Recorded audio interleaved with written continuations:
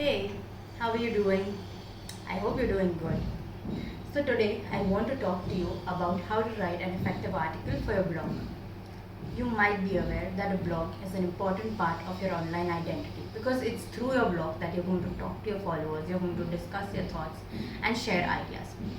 So, if you want to retain your audience, then you need to communicate effectively with them. And to communicate effectively with them, you have to write better articles. So, what are you waiting for? Let's get in. So, the first tip that I want to tell you is know your audience.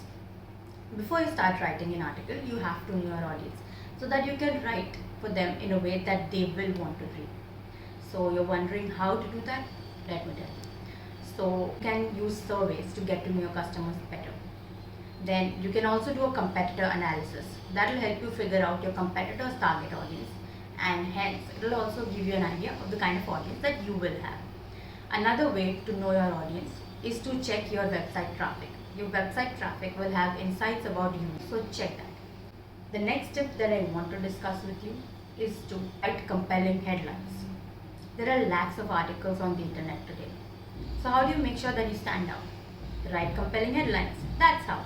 We humans have the tendency to judge a book by its cover, and that's why writing catchy headlines is very important.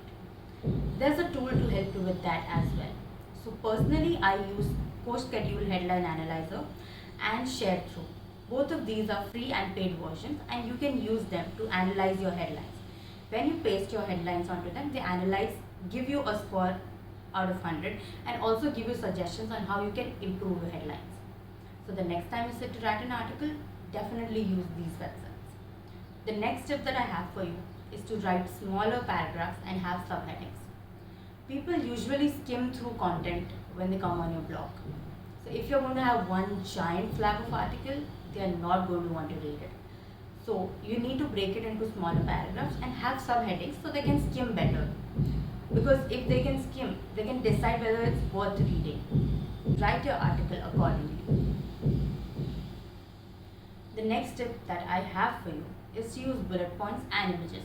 This is also a continuation of the previous point.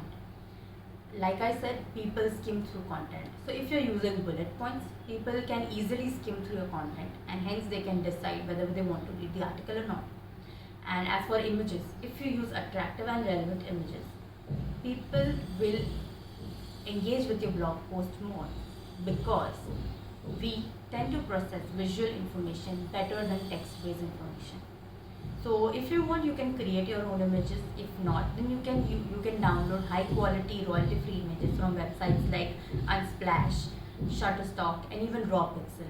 These are great for getting stock images.